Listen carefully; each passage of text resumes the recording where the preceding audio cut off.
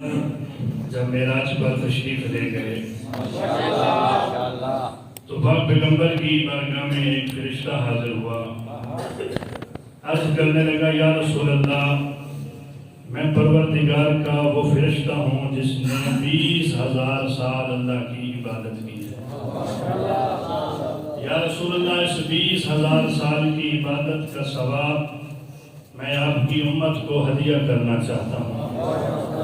جب پاک پیغمبر نے اس فرشتے کی اس گفتگو کو سنا تو پیغمبر نے اس فرشتے کی طرف دیکھا اور دیکھ کے فرمایا، فرشتہ یاد رکھنا، اگر میری امت میں سے کوئی گنہگار بندہ مجھ محمد پر ایک مرتبہ صلوات پڑھے گا، اس کا ایک مرتبہ صلوات پڑھنا تیری 20,000 سال کی عبادت سے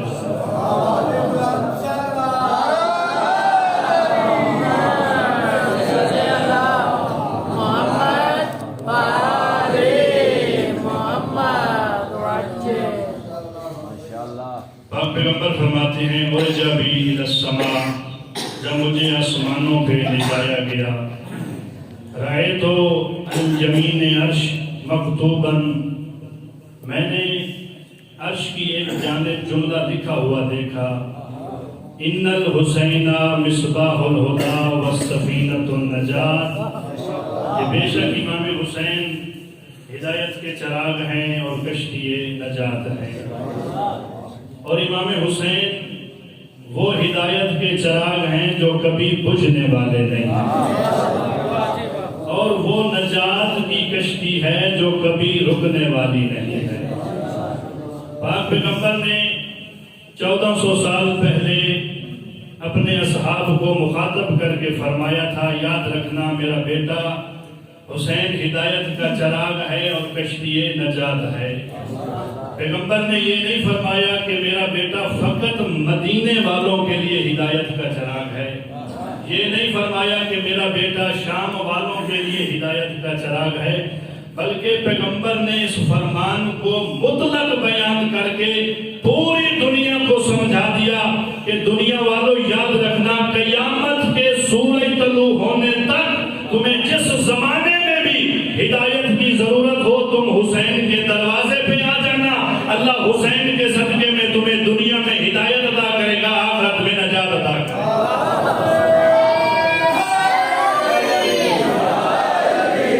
تم حسین کے دروازے پہ آ جانا، تمہیں حسین دنیا میں بھی ہدایت عطا کرے گا، آخرت میں بھی نجات عطا کرے گا۔ اور قبلہ جو اس دروازے پہ جتنا جھکتا چلا جاتا ہے، اللہ پھر اس کو اتنا بلند کر دیتا ہے، اور جو حسین کے دروازے پہ جھکنا جانتا ہے وہ کٹ تو سکتا ہے، کسی بھکاری کے سامنے جھک نہیں سکتا۔ اور حسین بادشاہ کا دروازہ کوئی عام دروازہ نہیں، جتنا بڑا گنہگار کیوں نہ ہو، اگر وہ حسین کے دروازے پہ آ کے جھک جائے، حسین اسے دنیا میں بھی حر بنا دیتے ہیں، آخرت میں بھی حر بنا دیتے ہیں۔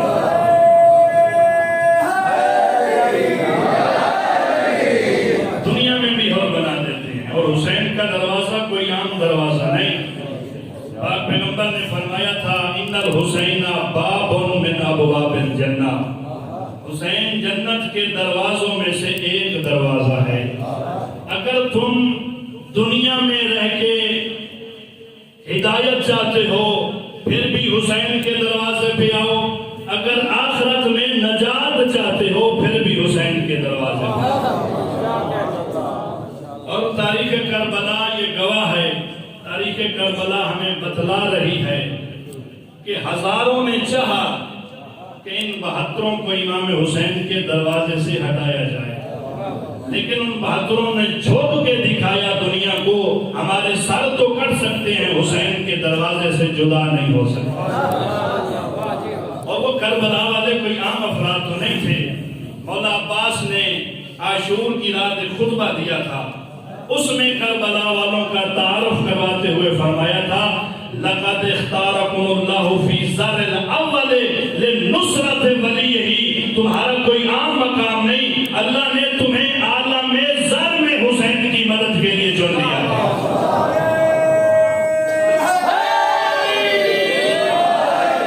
عالم ذر میں تمہیں چن لیا تھا، اور وہ جانتے تھے کہ حسین سے بڑھ کے کوئی اور دروازہ نہیں ہے۔ جب امام حسین علیہ السلام نے ان کو دیکھا، ان کے جذبات کو دیکھا، تو امام حسین نے چاہا کہ ان کا امتحان لیا جائے۔ تو امام حسین نے رات کی تاریکی میں سارے اصحاب کو بلا کے فرمایا کہ میں تم سے بیعت کا ہاتھ اٹھا رہا ہوں، جہاں جانا چاہتے ہو چلے جاؤ۔ سننا ان کا جواب کربلا والوں کا۔ ان میں سے سارے یک زبان اکٹھے ہو کے مولا حسین کی بارگاہ میں عرض کرتے تھے، مولا اگر ہمیں قتل کیا جائے، پھر زندہ کیا جائے، پھر قتل کیا جائے، پھر زندہ کیا جائے، پھر ہم کو آگ میں جلایا جائے، اور پھر ہماری آگ کو راکھ میں ہوا میں اڑایا جائے، مولا اگر 70 مرتبہ ہمیں قتل کیا جائے اور 70 مرتبہ ہمیں زندہ کیا جائے، مولا آپ کا دروازہ چھوڑ کے کسی بھکاری کے دروازے پہ ہم نہیں جائیں۔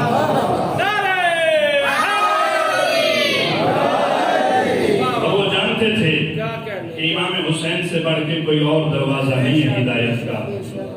اور شیخ صدوق اپنی کتاب علل الشرائع میں یہ جملہ لکھتے ہیں کہ امام حسین جس جوان کو بھیجتے تھے نا میدان میں، وہ خوش ہو کے جاتا تھا۔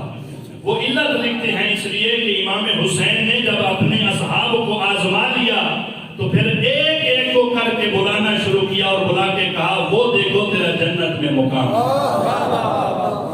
حبیب وہ دیکھ تیرا جنت میں مقام ہے۔ یہی وجہ ہے کہ جو بھی جاتا تھا وہ خوش ہو کے جاتا تھا۔ اور کربلا والوں نے یہ جملہ سن رکھا تھا پیغمبر کا، احب اللہ من احب الحسین، جو حسین سے محبت کرتا ہے اللہ بھی اس سے محبت کرتا ہے۔ اور پاک پیغمبر نے دنیا میں رہ کے امام حسین سے محبت کر کے بتایا، دنیا والوں اس طرح حسین سے محبت کی جاتی ہے۔ امام حسین کا بچپن، پاک پیغمبر امام حسین کو مخاطب کر کے فرماتے تھے، یا بنیا انکا امام وابن الامام و ابو الائمہ، بیٹا تو بھی امام ہے اور امام کا بیٹا ہے اور 9 اماموں کا باپ ہے۔ پھر پاک پیغمبر امام حسین کو مخاطب کر کے فرمایا کرتے تھے، یا بنیا انکا حجت وابن حجت و ابو الحجج، بیٹا تو بھی حجت خدا ہے اور حجت خدا کا بیٹا ہے اور 9 حجت الہی کا باپ ہے۔ پھر امام حسین کو مخاطب کر کے فرماتے، یا بنیا انکا سید وابن سید و ابو سادہ، بیٹا تو بھی سردار ہے اور سردار کا بیٹا ہے اور 9 سادات کا باپ ہے۔ مسلمانوں کو بتایا کہ حسین کے محبوں سے اس طرح محبت کی جاتی ہے۔ پاک پیغمبر مدینہ کی گلی میں جا رہے تھے، اصحاب بھی ساتھ تھے، چلتے ہوئے سید الانبیاء کے قدم رک گئے۔ پیغمبر نے کیا دیکھا کہ ایک بچہ زمین پہ بیٹھ کے کھیل رہا ہے، میرا بیٹا حسین جہاں سے قدم اٹھاتا ہے یہ بچہ وہیں سے مٹی کو اٹھا کے اپنے جسم کے ساتھ مس کرتا ہے، اور اس لیے میں اس کے احترام میں کھڑا ہو گیا ہوں۔ پیغمبر نے اپنے اصحاب کو امام حسین کے محب سے محبت کر کے بتایا کہ یاد رکھنا، جو حسین کے محب سے محبت کرتا ہے پھر میں محمد بھی اس کا محبوب بن جاتا ہوں، میں بھی اس کا محبوب بن جاتا ہوں۔ اور پاک پیغمبر نے اپنے اصحاب کو مخاطب کر کے فرمایا تھا، الا ومن حب الحسین، جو بندہ بھی حسین سے محبت کرے گا قیامت والے دن وہ بندہ اسی مقام پہ ہوگا جس مقام پہ میں محمد ہوں، جس مقام پہ میں ہوں گا اسی مقام پہ محب امام حسین علیہ السلام ہوگا۔ اور کیا مقام ہے، خوش قسمت ہیں آپ کہ اللہ نے آپ کے دلوں میں امام حسین کی محبت کو رکھا ہے۔ اور معصوم نے فرمایا تھا، اذا اراد اللہ بالعبد خیرا قذف فی قلبہ حب زیارت الحسین، جب اللہ کسی بندے کے ساتھ بھلائی کا ارادہ کرنا چاہتا ہے، جب اللہ کسی بندے کو خیر پہنچانا چاہتا ہے، علماء کی موجودگی میں ایک جملہ کہنا چاہتا ہوں، خیر کے بڑے معنی ہیں، میں جملہ تبدیل کر کے کہنا چاہتا ہوں کہ جب اللہ کسی بندے کو عزت دینا چاہتا ہے، جب اللہ کسی بندے کو مقام دینا چاہتا ہے، جب اللہ کسی بندے کو علم دینا چاہتا ہے، جب اللہ کسی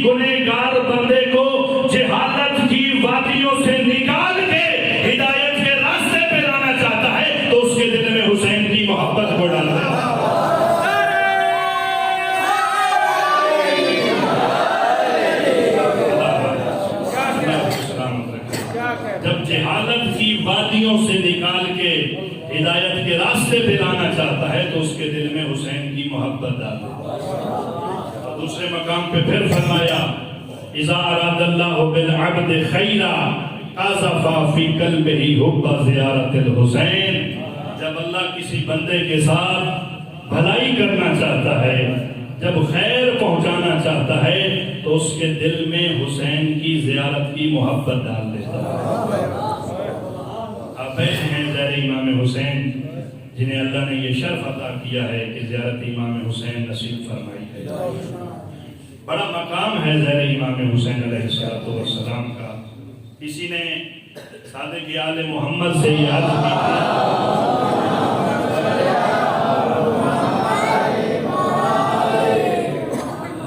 کی تھی جب رسول اللہ آپ کے نانا نے یہ فرمایا تھا کہ جو حسین کی زیارت کرے گا اللہ اس کو 7 حج کا ثواب عطا کرے گا۔ امام صادق آل محمد نے فرمایا 7 نہیں 70 حج کا اللہ ثواب عطا کرے گا۔ پھر وہ سائل کہتے مولا 70 حج؟ امام صادق آل محمد نے فرمایا 70 نہیں 700 حج کا اللہ ثواب عطا کرے گا۔ مولا پہلے 70 پھر 700، مولا نے مسکرا کے فرمایا 700 نہیں 70,000 حج کا اللہ تجھے ثواب عطا کرے گا۔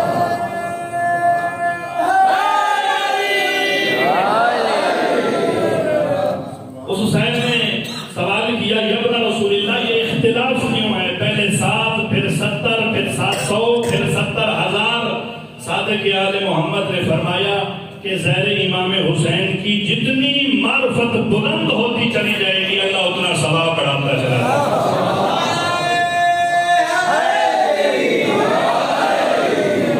جتنی معرفت بلند ہوتی چلی جائے گی اللہ اتنا ثواب بڑھاتا چلا جائے گا۔ قیامت کا دن ہوگا، نفسی نفسی کا عالم ہوگا، وہ دن ہوگا جس دن باپ اپنے بیٹے سے دور ہوگا، ماں اپنے بیٹے سے دور ہوگی۔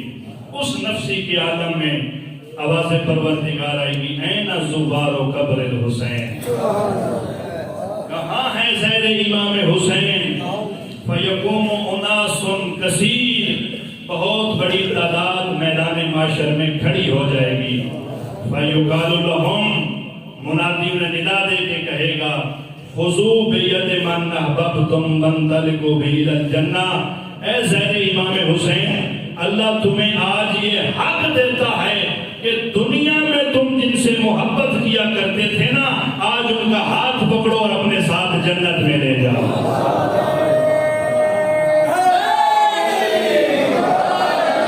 آج ان کا ہاتھ پکڑو اور جنت میں لے جاؤ۔ اللہ قیامت والے دن زیر امام حسین کو حق شفاعت عطا فرمائے۔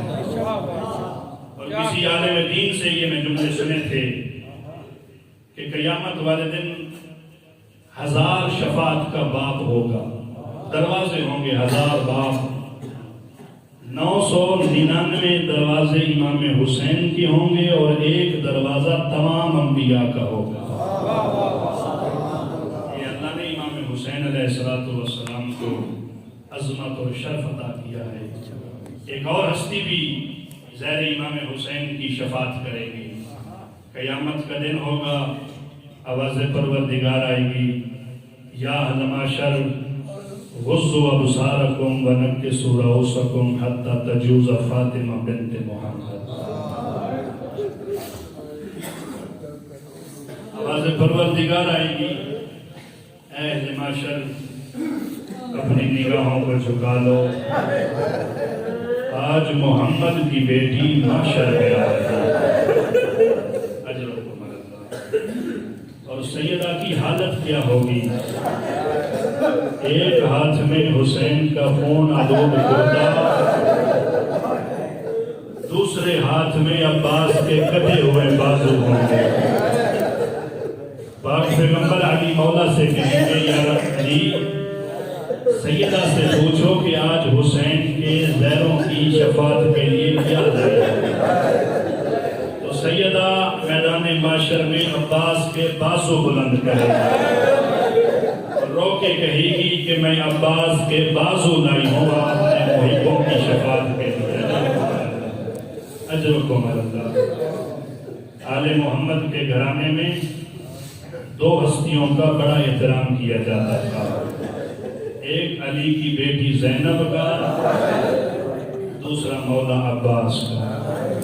بڑا ناز تھا نا آل محمد کو عباس پر۔ جب امام حسین نے قافلہ مدینہ سے نکلے ہیں، امام حسین یہ بیویوں کا قافلہ جب جنگلوں میں پہنچتا تھا نا تو بیویوں کے دل دہل جاتے تھے، بیویاں پریشان ہو جاتی تھی۔ جب عباس نزدیک آتے تھے تو بیویاں پریشانی دور ہو جاتی تھی۔ اجرکم اللہ، بڑا ناز تھا آل محمد کو عباس پر۔ امام سجاد علیہ السلام جب بھی مولا عباس کے بیٹے کو دیکھتے تھے نا تو کھڑے ہو جاتے تھے، وقت کے امام تھے، عباس کے بیٹے کو دیکھتے کھڑے ہو جاتے تھے۔ کسی نے پوچھا یا ابن رسول اللہ، آپ امام ہیں، آپ اس کے احترام میں، بچے کے احترام میں کھڑے کیوں ہو جاتے ہو؟ رو کے کہتے تھے عباس کے احسان ہمارے اوپر عاشور کے دن عباس اس خیمے کے قریب سے گزرے ہیں جو خیمہ مشکیزوں کے لیے وقف تھا، جہاں پر مشکیزیں پڑے ہوتے تھے۔ عباس نے دیکھا حسین کے یتیم بچے اپنے رخساروں کو خالی مشکیزے پہ لگا کے سو رہے تھے۔ عباس نے جب دیکھا ہے نا تو عباس سے رہ نہ کیا، مولا حسین کی بارگاہ میں آئے، عرض کی مولا بچوں کی پیاس مجھ سے برداشت نہیں ہوتی، مجھے موت کی اجازت دیجیے۔ امام حسین نے ایک کام کیا، کہا عباس تو میری فوج کا جرنیل ہے۔ یہ لفظ کہنا تھا، عباس نے نظر یمیناً و شمالا، کبھی دائیں دیکھا اور کبھی بائیں دیکھا، رو کے کہا مولا وہ فوج کہاں ہے جس کا میں جرنیل ہوں؟ اجرکم اللہ۔ امام حسین نے کہا عباس جانے سے پہلے ایک مرتبہ علی کی بیٹی کو سلام کر دیا۔ عباس آئے ہیں، مختصر کر رہا ہوں، جب خیمہ میں آئے ہیں نا علی کی بیٹی کے خیمے میں، سلام کیا، علی کی بیٹی نے سلام کا جواب دیا۔ مان تھا نا علی کی بیٹی کو عباس پر، اور پتہ تھا عباس ہی سہارا ہے ہمارا۔ جب مولا نے کہا نا بی بی میں جا رہا ہوں میدان کی طرف، علی کی بیٹی نے کہا عباس ایک لحظے کے لیے میرے سامنے بیٹھ جائے۔ عباس مجھے ایک وقت یاد آ رہا ہے، میرا بچپن تھا، میں بابا کی گود میں تشریف فرما تھی، ایک لحظے کے لیے میرے سر سے ردا ہٹی تھی، ردا کا ہٹنا تھا، بابا علی رونے لگے۔ میں نے عرض کی بابا روتے جا رہے ہیں، بتائیں گے نہیں وجہ کیا ہے؟ امیر کائنات نے کہا تھا بیٹی اس میں ایک راز ہے، راز۔ میں نے کہا بابا اس راز سے مجھے بتائیے وہ راز ہے کیا؟ امیر کائنات نے عباس اس وقت فرمایا تھا کہ زینب بیٹا ایک وقت آئے گا تیرے سر پہ چادر سلامت نہیں رہے گی، تیرے ہاتھوں میں اثر پہنائے جائیں گے۔ عباس تو جا رہا ہے، اب مجھے یقین ہو گیا ہے کہ میرے سر پہ چادر سلامت نہیں رہے گی، میرے ہاتھوں میں رسن پہنائے جائیں گے۔ اجرکم اللہ، اجرکم اللہ۔ عباس چلے ہیں میدان کی طرف، دریا پر پہنچے، مشکیزے کو پر کیا، عباس گھوڑے پہ سوار ہوئے۔ جیسے ہی عباس گھوڑے پہ سوار ہوئے ہیں نا، عمر سعد نے قوم اشقیاء کو حکم دیا کہ عباس خیام تک پانی نہ لے جانے پائے۔ آزادو اب جس کے ہاتھ میں تیر تھا نا اس نے عباس کا نشانہ بنایا، جس کے ہاتھ میں نیزہ تھا اس نے عباس کا نشانہ بنایا۔ عباس چل رہے تھے، آزادو ایک ظالم نے چھوپ کے وار کیا، عباس کا بایاں بازو قلم ہو گیا۔ عباس نے مشکیزے کو دائیں ہاتھ میں ڈالا، آزادو ایک ظالم نے پھر وار کیا، عباس کا دوسرا بازو قلم ہو گیا۔ عباس نے بارگاہ پروردگار میں عرض کی، پالنے والے تو جانتا ہے حسین کے یتیم بچے پیاسے ہیں، مولا اگر پانی خیام تک نہ پہنچا سوچ رہے تھے ایک ظالم نے تیر مارا، عباس کی مشق میں آگے لگا، ازادرو پانی بہنے لگا۔ میں کہتا ہوں پانی نہیں، عباس کی ساری زندگی کی محنت بہنے لگی۔ ازادرو پانی بہ رہا تھا، عباس دیکھ رہے تھے، ایک ظالم نے تیر مارا، عباس کی آنکھ میں لگا، ازادرو آنکھ میں تیر لگنا تھا، ایک ظالم نے پھر تیر مارا، ازادرو عباس کے سینے میں لگا، سینے میں تیر لگنا تھا، خون کا فوارہ چلا، ادھر خون کا فوارہ چلا۔ عباس نے خون کو بند کرنے کے لیے اپنے سر کو جھکایا، ایک ظالم آگے بڑھا، اس نے لوہے کا گوز مارا، عباس کا سر پھٹ گیا، ادھر سر کا پھٹنا تھا، عباس زین پر سنبھل نہ سکے۔ ازادرو جب بھی کوئی سوار زین سے گرتا ہے، ہاتھوں کا سہارا لیتا ہے، عباس کے ہاتھ ہوتے نہیں، عباس منہ کے بل گرے اور کہا مولا میرا آخری سلام۔ حسین نے کمر پہ ہاتھ رکھا اور رو کے کہا الان ان کا سرا ظہری، عباس میری کمر ٹوٹ گئی، عباس میرے ہیلے ختم ہو گئے، عباس دشمن تانے دے رہا ہے، کہاں ہے تیرا عباس، کہاں ہے تیرا علی اکبر۔ اللہ لعنت اللہ علی القوم الظالمین وسيعلم الذين لا يؤمنون